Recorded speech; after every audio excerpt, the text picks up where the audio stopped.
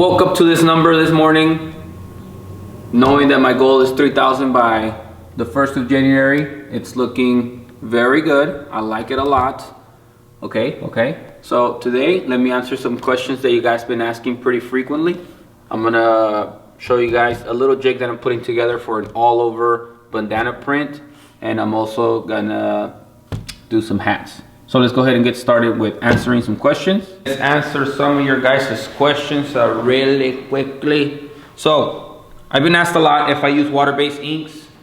The simple answer to that is no, I do not use water-based inks. Everything that I have here on my rack is a plastisol. With that being said, I was brought a sample of a Phantom Clear Inco de Drinko, and this is the only water-based thing that exists in this shop. I said I was gonna print you guys a sample to see how this thing works. This thing is amazing, don't get me wrong, but I am so against water-based that I have procrastinated to make that video for you guys. So it's been sitting here, and hopefully I will get to it one day. The reason why I am not for water-based is because I like to stay as clean as possible. I like my hands to be clean. I like my squeegees to be clean. And I like to have the easiest time when I'm reclaiming, and having water-based around is just gonna change all of that. I don't have time to get ink on shirts and replacing shirts. I don't have time to be cleaning the screens if the image dries up. It's just very, very annoying for me. Even if I was to have a guy, or even if I was to pay a guy to come in and teach me how to use it, I know how to use it, but I'm just saying, and say like, well, this is so much easier. Even Matsui came out with this new water-based that's supposed to like sit overnight on your screen, and then you can come back and just get it going again like the next day. I don't even care about that. So to answer everybody's question about water-based, I do not use water-based. I really don't like it. If a customer wants like a soft hand feel, all I do is grab my chino base, you know, mix it in the screen, make it real thin, and run the print through like a 230 mesh, or a 180 would work too. And it's simple as that. As of today, I have not had any complaints about the thickness of the ink, because I tend to use like a very high mesh for my bases. So we're good on that. And I hope that this makes a little bit of sense for whoever is looking into venture into water-based. You know, I understand that there are a lot of good videos that make the process look very simple, but whenever a newbie or even an experienced printer wants to change over to water-based, they spend a lot of time and money trying to figure it out, and then they end up coming back to plastisol. So I went through all those trials and errors with a big company when I was working for them, and I can tell you they spend a lot of money, they spend a lot of time trying to figure it out, and at the end of the day, they just said, you know what, screw this, it's cool, it's something different to offer to your customer, but like in and out, you know, you have a menu of 4 options, you pick one, you're in, and then you're out. Simple as that. Same thing here. We have plastisol. We can do like a soft hand feel if you want, like mix it in with the chino base. We have like a shimmer. We have not that many options. So they're in and they're out. We don't mess around with a wide variety of ink options. So everything that we have here is a plastisol ink. The craziest thing that I do is kind of like mess with the reflective, which we made a video about, and also the glow in the darks, but they're still plastisol, so we're still in the same range. Okay, now the other big question that I keep having is this little jig that I created, and you can make one as long as you have the bracket. All I did was cut some wood, and then, you know, I softened the edges. This is 3.5 inches wide, and it fits the koozie quite perfectly in here. There are other options for printing koozies, but because my boards are so thick, I can't really add any attachments to load in the koozies any easier. So if you want to create your own and not spend a lot of money, then this is probably the way. 3.5 inches wide, and it fits in nice and tight. So If you care to make your own, those are the dimensions, and you can make it obviously as long as you want. Okay, so let me see what other question I had. Okay, so the last question that I had was that ink that I used for the snake design that I printed yesterday. That ink, let's go over to this side. Okie dokie. So the ink that I used was a PMS match that my friends over at AST made for me. It is a 124. This is a Max Opaque ink. It's not a ultra soft. So if this would have been an ultra soft, I would have based the design, but I didn't. So all I did was run it through a 160 mesh, and I did a print flash print. It turned out very well. So you don't always need a base, especially if you have a small run of t-shirts. And just remember that. I know some of the things that I say sometimes are kind of hard to comprehend if you don't have like some kind of background of screen printing in the past. If you're just getting started, I'm kind of talking to you guys like if you guys already have some experience. So thanks for asking the questions, and if there's any way that I can clarify this in other future videos, then I always will. So that's it for the questions that I've had. I've been asked a lot, what kind of inks do I use, and if I base my designs. I don't always do, but for the most part, on longer runs where I don't want to go around twice on the machine, I do put a base underneath.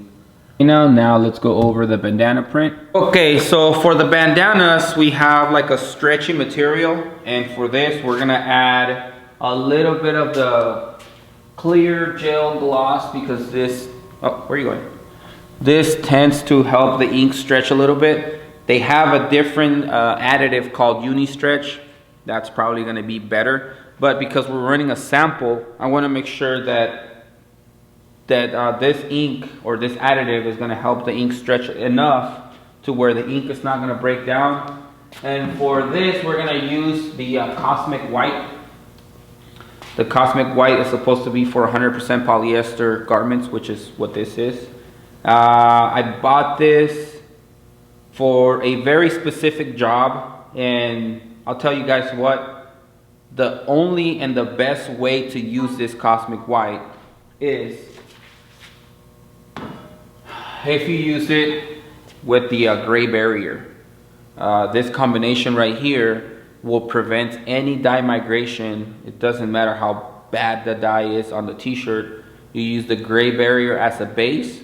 So you put this on a 160, and then you put your Cosmic Poly White on also on a 160 if you choke this at 1.25, and all you have to do is go around once. You don't even have to print flash print anything as far as like going around twice. So you have your base, flash it, you drop your white, and the shirt comes off. Simple as that. Very easy.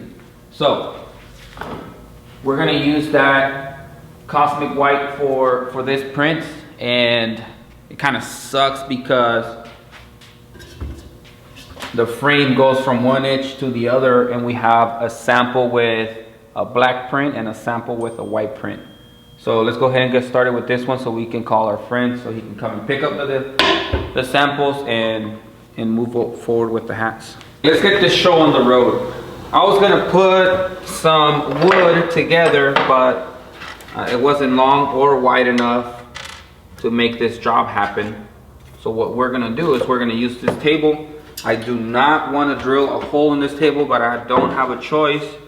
So what we're gonna do is we're gonna use these clamps, and I just want to make sure that I put a marking on the board, on the table, to know that we're nice and straight. Okay.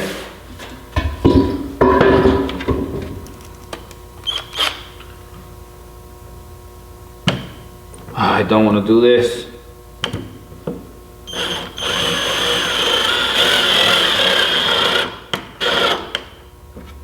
Okay, got the first one, on to the second one.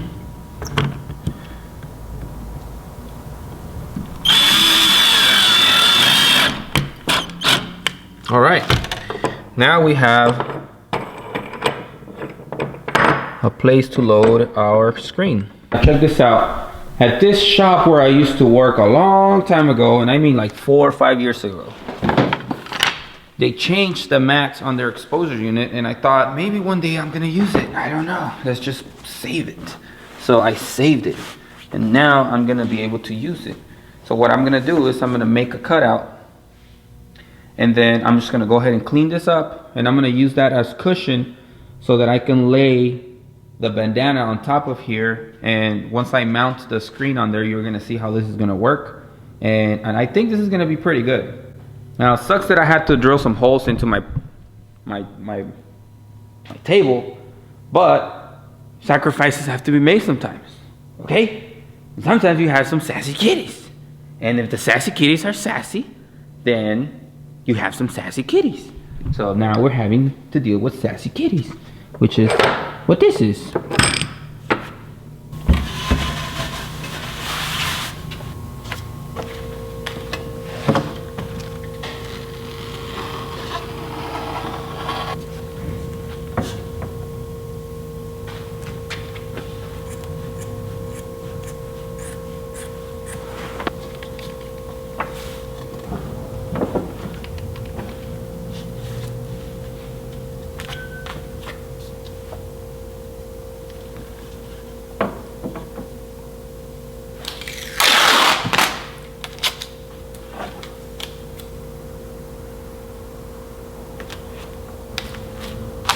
So what I just did was put the white bandana that's gonna get the black print so that I can see through the screen and then mark where my black one is gonna go, because if you have the black background with the black bandana, you really can't figure out, you know, where it's at. So now that we have a good, okay, now that we have good measurements, we can just load it on there, bring this down, run the white print, clean the screen, put the black ink. Hopefully this is gonna be something nice and smooth and easy, so that when they place the big order, I can just set up the same jig, drill the holes in the same spot again, and then print away. So let's cross our fingers. Let's hope everything comes out good. Let's hope the ink stretches, and hopefully they'll place the order for a huge amount. And by huge, I mean like 50. About to mix that Cosmic White with a little bit of the clear gel gloss. And I just threw in a little dab, and I'm gonna mix it in. I know it's a big screen and I'm using a little squeegee, but we're gonna do this in sections, and it's gonna come out looking very good. So don't you worry about that.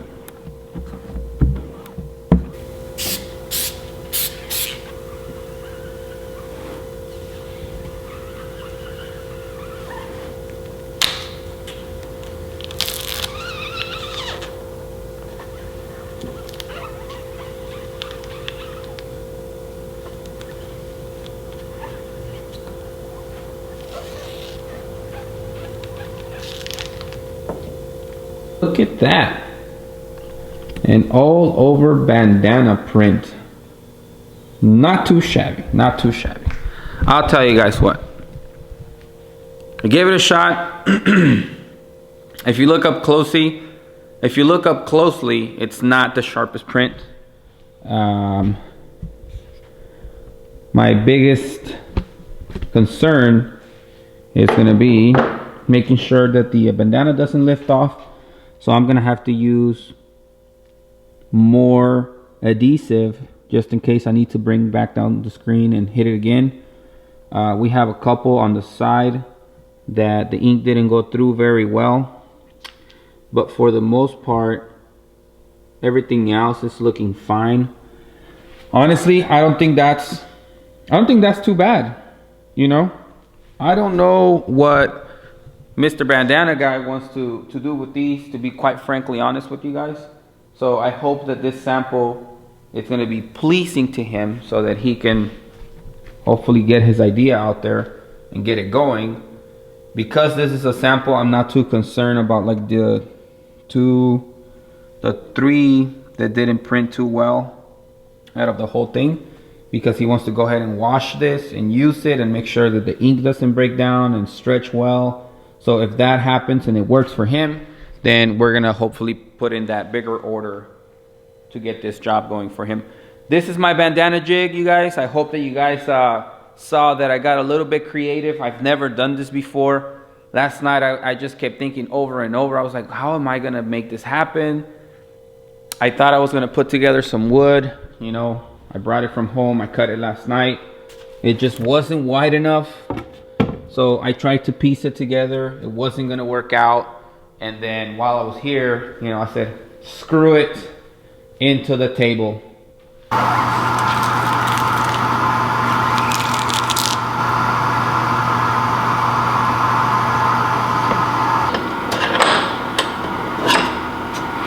Listen, you guys, not everything that you buy has to be a name brand tool.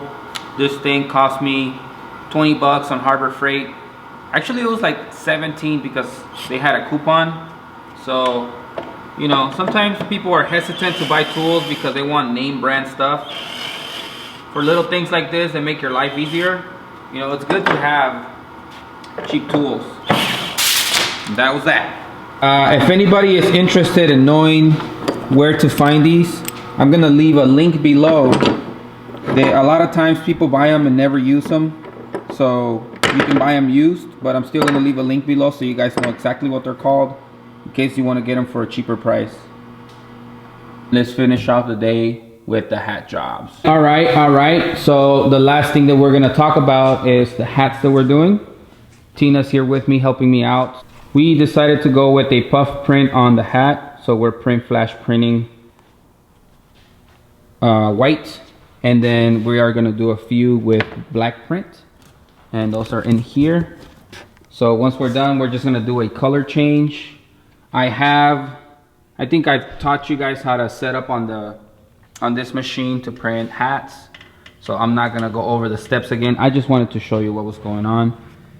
With Chingon Estilo, we were, or at least me, it was the first time that I ever printed on koozies with the puff print, and then also now with the hats. I've never done puff on hats, and it's pretty cool because they turned out great. They did. They came out amazing. They loved them, so I'm happy.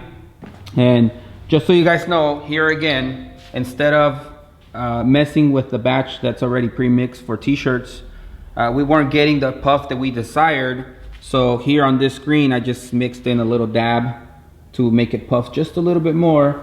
And then once we found that we were happy with this, then we just kept it. Plus we're not gonna be doing like too many hats. It's not crazy, but it feels really good and it looks really good.